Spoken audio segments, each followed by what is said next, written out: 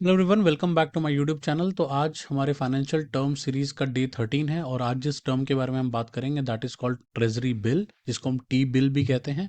मैं अपने सारे नोट्स को अपने टेलीग्राम चैनल पे अपलोड कर रहा हूँ। ये जितनी भी अपने फाइनेंशियल टर्म सीरीज वाले नोट्स हैं वो आपको वहाँ से मिल जाएंगे और उसका डिस्क्रिप्शन से आपको लिंक मिल जाएगा। और फाइनेंशियल टर्म्स की जो बाकी वीडियोज़ हैं वो भी अगर आप देखना चाहते हैं तो उस प्लेलिस्ट का लिंक भी मैं डिस्क्रिप्शन में डाल दूंगा।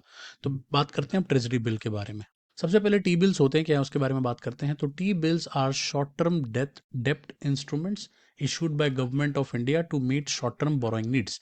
अब इसमें दो तीन चीजें इंपॉर्टेंट है। पहला चीज ये शॉर्ट टर्म होता है, नंबर टू ये डेट इंस्ट्रूमेंट है। डेट इंस्ट्रूमेंट मतलब रिस्क कम है। तीसरी चीज गवर्नमेंट ऑफ इंडिया इशू करती है और चौथा शॉर्ट टर्म नीड्स को पूरा करने के लिए इसका इस्तेमाल किया जाता है। ठीक है, ये तीन चार बातें आपको याद रखनी है। नेक्स्ट इंपॉर्टेंट चीज यहाँ पे क्या है कि इसको इशू कौन करता है, तो इसको आरबीआई करती है on behalf of government. Basically government issue करती है बट उसको आरबीआई उसको आगे सारा उसका एग्जीक्यूशन देखता है। इसके अलावा टेन्योर की बात करें तो मोस्टली इसका पीरियड लेस देन 1 ईयर होता है। तो ये पीरियड 91 डेज का हो सकता है, 182 का हो सकता है, 364 का हो सकता है, बट एक साल से अंदर अंदर ही होता है। अब टी बिल्स इतने इंपॉर्टेंट क्यों है उसके बारे में बात करते हैं। तो रिस्क फ्री है, पहले तो ऑब्वियसली गवर्नमेंट ऑफ इंडिया से बैक्ड है तो काफी रिस्क फ्री इन्वेस्टमेंट है, इसलिए लोग टी बिल्स लेने में इंटरेस्टेड होते हैं। दूसरी चीज, help RBI manage liquidity through auctions. यहाँ पर आरबीआई ऑक्शंस भी करती है जिसके थ्रू वो लिक्विडिटी को मैनेज कर पाती है टी बिल्स के थ्रू। और तीसरी चीज, issued as a benchmark for short term interest rate. और हमेशा इसको एक कहते हैं ना, शॉर्ट टर्म बोरिंग नीड्स को पूरा करने के लिए शॉर्ट टर्म लेवल पे इंटरेस्ट रेट्स को ऑफर करने के लिए एक बेंचमार्क की तरह इसका इस्तेमाल किया जाता है। Highly liquid, easily traded in the secondary market. T bills के साथ एक और अच्छी बात क्या है, बहुत ही लिक्विड होते हैं क्योंकि शॉर्ट टर्म है तो बहुत लिक्विडिटी रहती है इसमें। तो किसी भी समय सेकेंडरी मार्केट में आप इसको ट्रेड कर सकते हैं। ठीक है। और प्राइमरी मार्केट सेकेंडरी मार्केट में क्या डिफरेंस होता है, अगर आप उसके ऊपर वीडियो चाहते हैं तो प्लीज़ मुझे बता देना, मैं उसके ऊपर भी एक वीडियो बना दूंगा। डिस्क्रिप्शन में कमेंट कर जाना, primary versus secondary. Moving on, कौन खरीदता है टी बिल्स उसके बारे में बात करते हैं। तो टी बिल्स हमेशा कमर्शियल बैंक्स ले सकती है अपने एसएलआर रिक्वायरमेंट्स को पूरा करने के लिए। एसएलआर के ऊपर ऑलरेडी मैंने वीडियो बना दी है इसी फाइनेंशियल टर्म सीरीज में, देख लेना।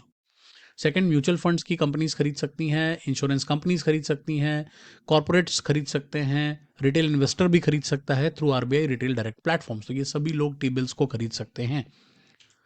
अब टाइप्स ऑफ टी बिल्स की अगर हम बात करें तो टी बिल्स यहाँ पर बेसिकली उसका टेन्योर के हिसाब से डिसाइडेड है। तो 91 डे का टी बिल 3 मंथ्स का टेन्योर रहता है, 182 डे का टी बिल 6 मंथ्स और 364 डे का टी बिल 1 ईयर। तो मैंने आपको बताया था लेस देन 1 ईयर रहता है इसका ड्यूरेशन।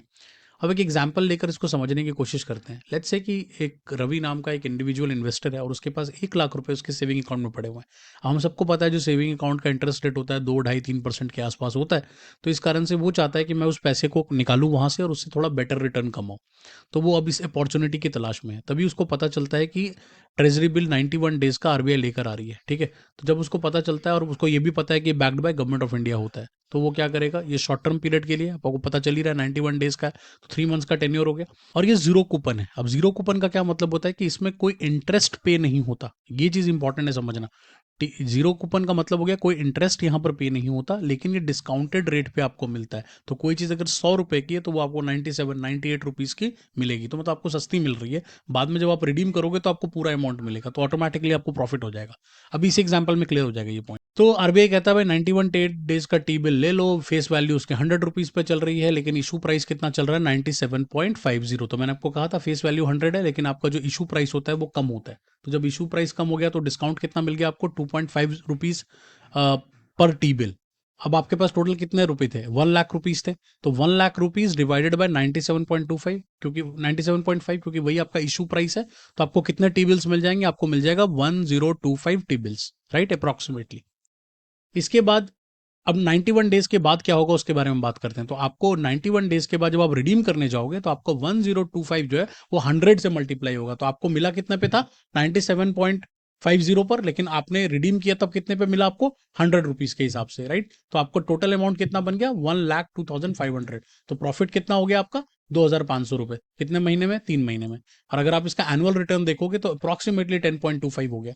तो आप याद करो पहले कितना मिल रहा था, 2 ढाई 3% आप कमा रहे थे सेविंग में, और 3 महीने एक सेफ जगह पे पैसे को पार्क करके आपने ऑलमोस्ट 10.25 कमा लिया।